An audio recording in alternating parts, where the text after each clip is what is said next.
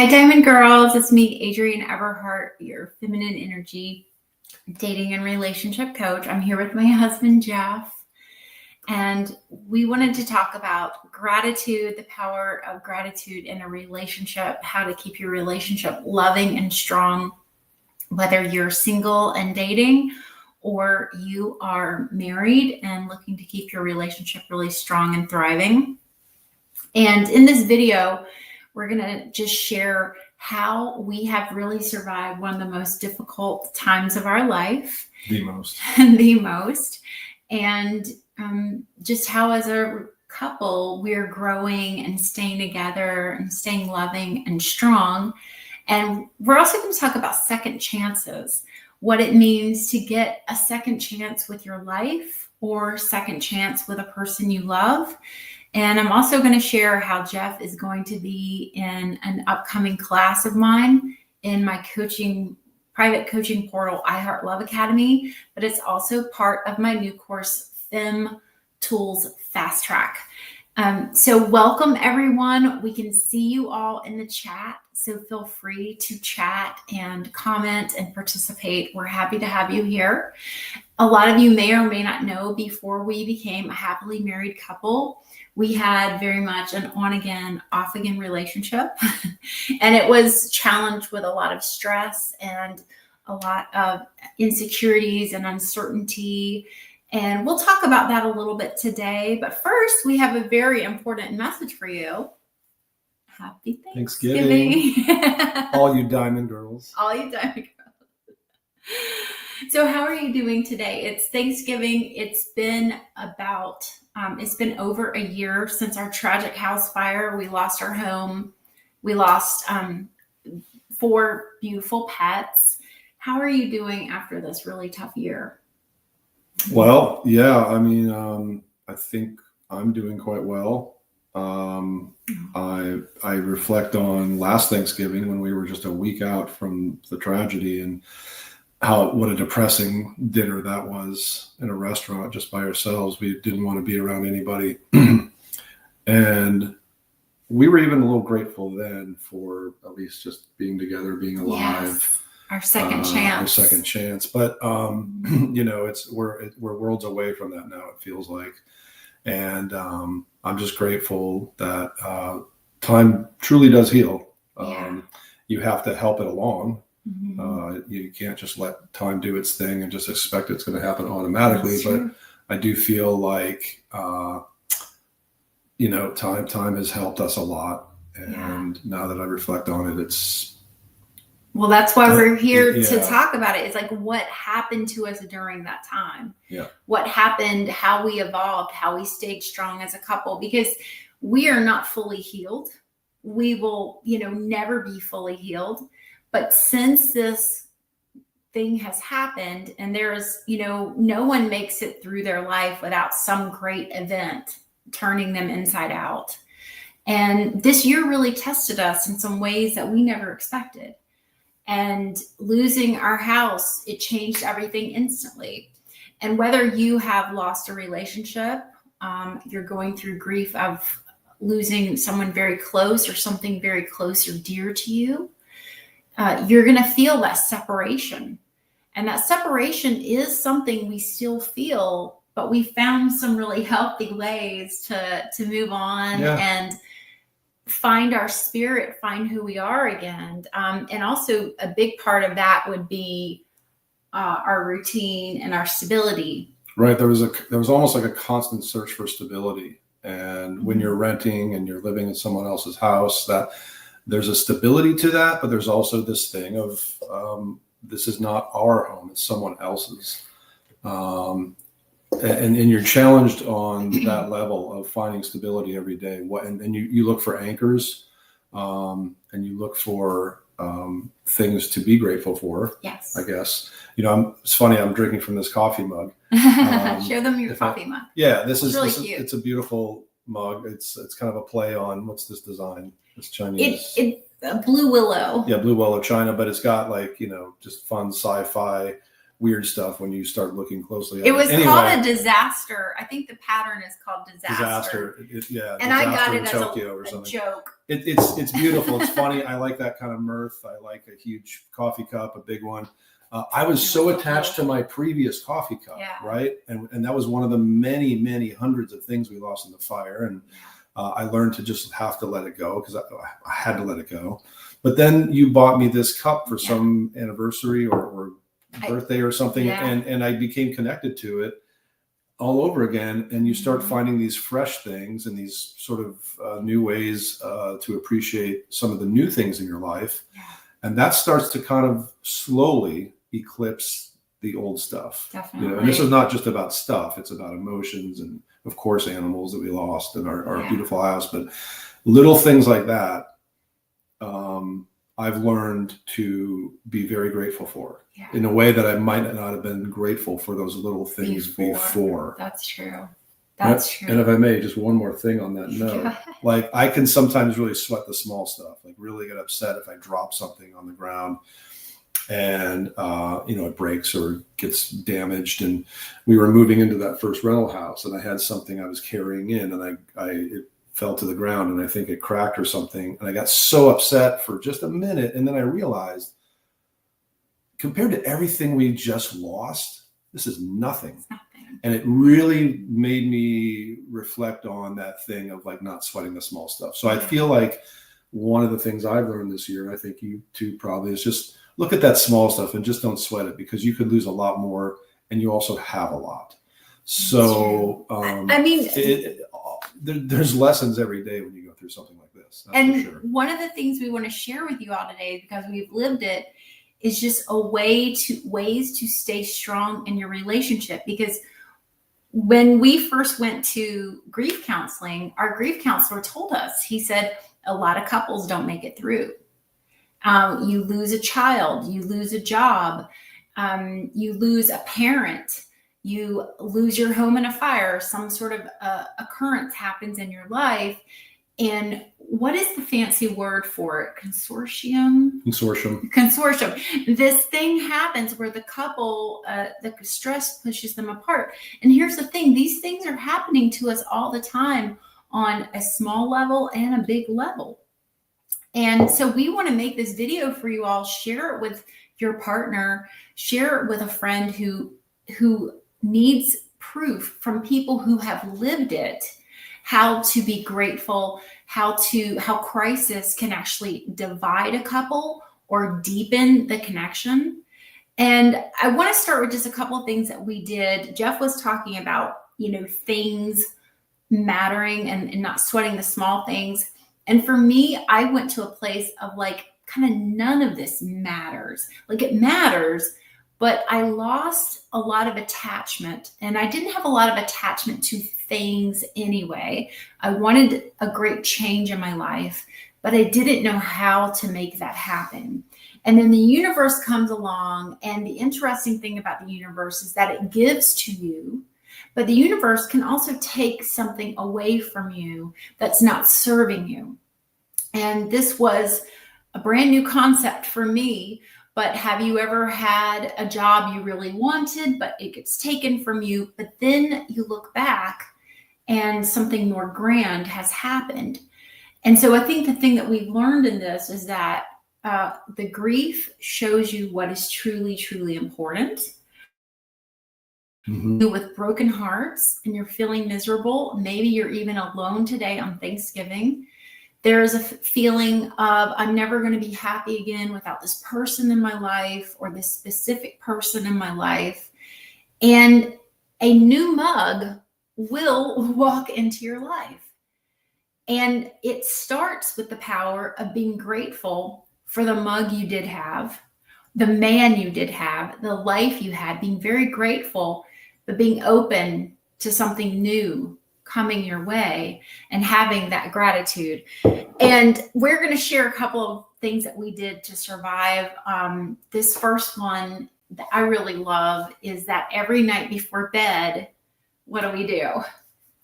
Gratitudes and meditations. Gratitudes and or meditations. So Gratitudes, meditations. But I have I say, what is the thing you are the most grateful for today?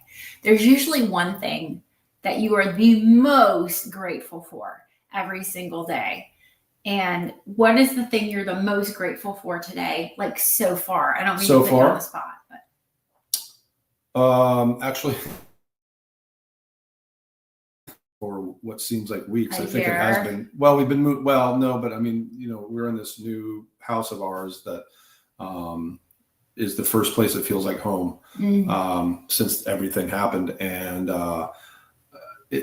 we've been moving and moving and moving, and we helped some friends move their household, and so it was like 2 households. We amassed a lot of stuff within a year after sort of losing almost everything, and so today is the first day of rest. So I just woke up today and I thought, I don't have to like lift anything heavy or just go through hours and hours of moving. So that's what I'm grateful for. Okay. It's just the rest that this day is going to give me and give us. And the interesting thing about that is that unless we had been working hard, that rest doesn't feel as strong and powerful as it would now. Yeah, it's a perspective thing. Yeah, and so that is again what grief and great change can give you, is this perspective and enjoyment and richness in life that was already there, but now it's just more magnified because you've had this deep distress that has humanized your soul. And then to quote some literature, so this is why we're here and sharing these tips with you, because you're going through a difficult challenge today or a difficult spot in your marriage, and there is a way to connect with your partner. There were days that I was really shut down, particularly when we had to review architectural plans for our house building. I would look at the plans and, this wasn't what I wanted. I just wanted my house back. I wanted to go home again. And the truth is, there is no going home again. I will never be able to go home again, not to that concept of home I had before. And that's something you might be facing in your relationship, is that I've lost this person I love, or I may never feel love like this again. I may never have a person like this again. And while I think it's completely normal and natural to understand that in a rational way, also understand that home changed. My concept of home changed. My concept of love changed, and connection, it changed.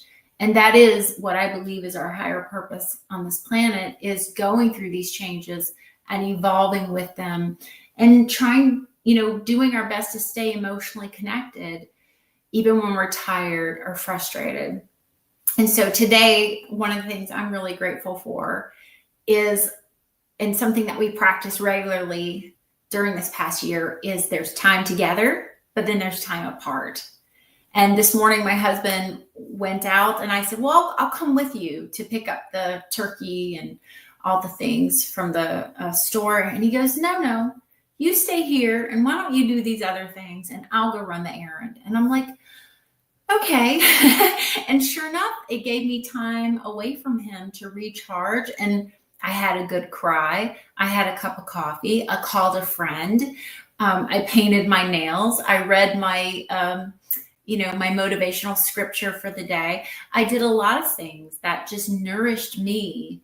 And that was really important during this time, is he would go take a walk by himself and I would stay home and do something, or sometimes I would go to the gym. And that time apart, and let that person know I'm about to disconnect from you. And what do we always do before we disconnect? Make sure we kiss. We kiss. Kissy poo kissy. We kissy poo kissy. And that's like, I'm detaching from you, but we're going to come back together. And even if he's grumpy or I'm grumpy, we make sure the kissy poo kissy happens. We make sure it happens. Did you want to share another way that we connected, like old rituals or anything? Well, yeah. I mean, right after the fire, we got into this pattern, I guess, I mean that in a good way, of listening to meditations, guided meditations. We just sat there. Because we always felt we needed like 10, 20 minutes to just try to get grounded. and because we'd hit the ground running every day. I mean, when something like this happens, your to-do list explodes into like hundreds of items, and it's all unknown stuff to you that you've never dealt with. So we were just, I mean, and there's grief and there's disbelief and there's shock. We would sit down at the end of the day or even throughout the day and do a guided meditation together. Yes. And that just felt, I mean, it just felt like we can breathe again. We can, or we can still breathe. We're still here breathing oxygen. We're still here on this planet. Right. We're still have things to look forward to. We can still rest within all this chaos that we were living through. And I thought that was really helpful. We continued to do guided meditations, not as often, but you know, whether it's that or breathing exercises like box breathing or whatever that you've taught me, and that's helped me a lot. And it was a way for us to come together. So some mornings I would say, you know, let's do our meditation. And Jeff would say, I don't have time. I have too much to do. And he would be like in a mood or a way. And my boy energy would want to step up and I would want to change him and I would want to fix him. And I knew that wouldn't be productive. But instead, I made a plea. I said, it's really important that we take a moment and it's just 5 minutes. And I make a plea, and I often have to make kind of time pleas with Jeff because in his mind, something is much more important to do and more important to happen. And I'll say, can we take 2 minutes and do this? And it works. Yeah. And then he's able to get out of that fight or flight. And I make a plea. And so I think that that's a really important tool in my feminine energy work is that you can make a plea to your partner. And this is really important. Let's just take 5 minutes. Let's get grounded. Let's do this. And we would always, always, always come out the other side. It's a lot like, you know, exercises for anybody at any stage. It's like you often have to drag yourself to jog or to go to the gym or whatever it is. Because I don't know, there's something about it that we just kind of don't want to do. We know we have to, but once we do it, once we're through it, we've gotten that exercise, you feel great. And you can't believe that you ever had to drag yourself to it. So it's a little bit, we've been living that almost every day. And hopefully at the end of the day, coming out, you know, feeling grounded, you know, and, you know, the pets have kept us grounded. You know, one cat got out of the house that night and we have just thrown all of our love for all the cats that we lost into her, and she's living her best life. And it's beautiful to see because she's blossomed. So that's one of those weird silver linings. And she's become even more important to us. And we become closer, the three of us. And she's just our world and she's our everything. She's our child. And the newer kitties we've taken on since, you know, that's our family now. Well, I attracted a new feral kitty and I had my beautiful black feral that I had rescued from Surf City, North Carolina. And he was just like, at my everything. And he could communicate with me and he had this way, he was like a wild animal, but he was also very tame for me. And it was such an exotic friendship. And I attracted another feral and it's so similar. And there was this moment that I had where this feral I attracted, he had a bad eye. He had really like an eyelid that had been damaged. He had all these things wrong with him. His teeth were all broken off. Like, I don't know what he had done to survive. And he had scratches all on his face and his nose. And I was able to get him to the vet and get him cared for. And there was this moment I was petting him and I was realizing everything he had gone through and everything I had gone through, but yet here we connect in this moment. And that was one of those silver lining moments for me. And you'll have that with a future partner. You can have that again with your current partner, whatever you're going through, how we get damaged or we go through so many phases and trials in life, that is actually a way you can connect to this other being and have your moment. So even though we have loss and we have separation, we can actually have these new moments And it's another way to experience life, love, and all the beauty that we have. Another thing that we did is we would always have a meal together, sometimes 2 meals a day, like a lunch and a dinner. And we would bond over a television show, which is, of course, the new way people bond is you watch a series together or you get into a series. And there was nothing worse than if we had an argument and we weren't, going to hang out that night, or whatever. We were going to do our own things. And I could be like, darn it, we're not going to be able to see our show, and I would want to see our show. And I was like, why do we have to get into this argument? I really want to watch our show. And it would be a good reason because one of us inevitably would say to the other one, like, oh, you want to watch our show, and we would rally back together, have a snack and a laugh. And just many days I would just on purpose, I'm going to try to be as optimistic and in a good mood as I can, just on purpose, just see what magic might happen in my life. Mm-hmm. Did you have any more that you wanted to share about that?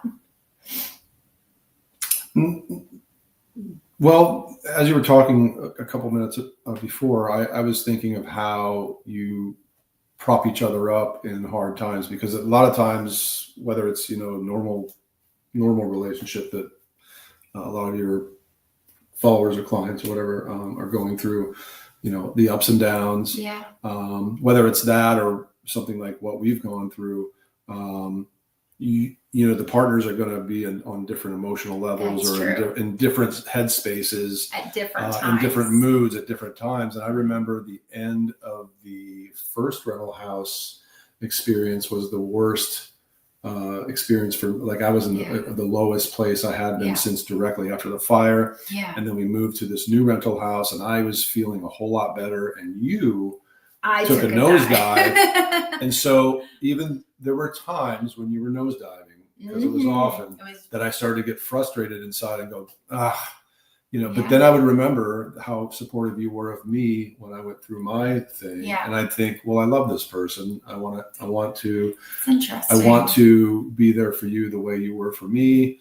And that sounds kind of natural, but sometimes when you're in the middle of something, you sort of have to remind yourself of the give and take that's required. That's right. And then I would come and offer help or just shoulder to cry on or a hug or whatever. And it just, you have to remember that you're never going to you're not often going to meet up at the same place, mood wise or emotionally. But just you're there to kind of help prop each other up, and there's give and take there. And that's a very complicated issue because it's a lot of what you teach. But it's really a good thing that you're bringing that up, because my beloved sweet little Toki, my little dog, he died like literally 2-3 days before we moved out of this house, this first house we were in. And the first house we were in, it was like a nightmare. I mean, I can't even begin to tell you the additional trauma of already 2 traumatic people suffering with traumatic problems we were also having to go through in this experience. And, nothing is ever as it seems. People are like, oh, your house burned down. Well, you don't need the things and all these things. They don't understand how awful it is to completely start from zero at our ages, not knowing when we would get insurance money, not knowing, if we had one cat that survived with, burns. Will this cat survive? We're taking care of it. We're having to do, massive Excel documents every day for our insurance and things we didn't know how to do, and you get thrown into this world and you're also, you're without home and you are displaced and your partner is crying a lot. And I have, admittedly, I have a little difficult of a time when a man cries. I get a little bit I have this instant judgment that happens that a man shouldn't be crying. And I would have to sit with my husband and let him cry and just feel that pain and hold him and know that this was really part of it. And so it's like I had to be the strong one in the beginning. And then when we went to the second house, the next 6 months of our journey, I could no longer be the strong one. He had to really help me and be there for me and show up for me. And a lot of times I was like, why isn't he coming over here? Like, why isn't he hugging me right now? And why is he just sort of looking at me kind of, because he wasn't in it emotionally. I was somewhere emotionally. And men, I think, are always, because they don't have that mother to child nurturing instinct, they're always going to have a little more problem with that. Just the same way a woman, the man is supposed to be a provider, here to take care of us. We can't see him cry. That's a sign of weakness. So it was really an interesting challenge on the masculine, feminine, and just how important communication is when life gets messy. Because some days I would go to him and I would be like, I just need a hug. I just need you to hold me. I just need for you to sit with me for 5 minutes. And sometimes that request for 5 minutes would be met with like okay, it would be met with that. But I had to ride that out, because that was also part of what he was going through, because there was a whole lot of times that he just came to me. He would heat up my neck wrap, or he would massage my feet, or make me a snack. So there were a lot of really important, and this is what I want all couples to know, is that whatever you're going through as a single person, as a person in a relationship, you can find very specific things where the two of you can connect and ground one another and get through the messier parts of life, and understand that messy parts of life are everywhere. They're everywhere. And if we don't look for them, we don't notice them. We don't notice that our partner is missing their favorite mug. And I happen to be a person who pays attention to mugs and coffee mugs and things like that. And my husband has a different thing that he pays attention to that influences my life. So it really is about observing your partner, carving out space in your heart, to be there for them and show up for them, and share that gratitude every night. What is the biggest, greatest thing you're the most grateful for? All right. Do you have anything else you want to share, or can I talk about how you're going to be part of Fem Fast Why Track? don't you talk about that? So I created Fem Fast Track, which is a new dating course I have.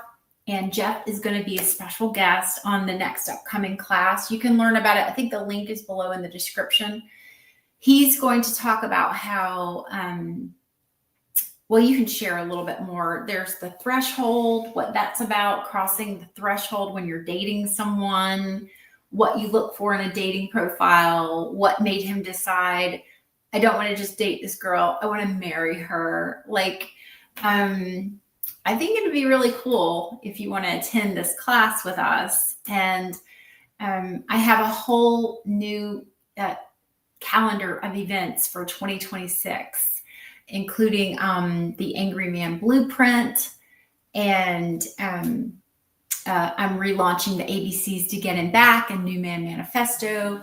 So, but anyway, why don't you tell us a little bit about what you want in the class and why maybe some of you want to attend to Fem Fast Track. It's happening I think next week. Sometime. You already mentioned that crossing the threshold thing, so we'll just maybe save that. Detail that for next time. Shutting down. I think men can really shut down seriously and go pretty deep with that shutdown, and how to kind of reopen that within. Myself, how I do that, but also without fixing him or tinkering on him. How we reopen that connection. How we process stress. I definitely have.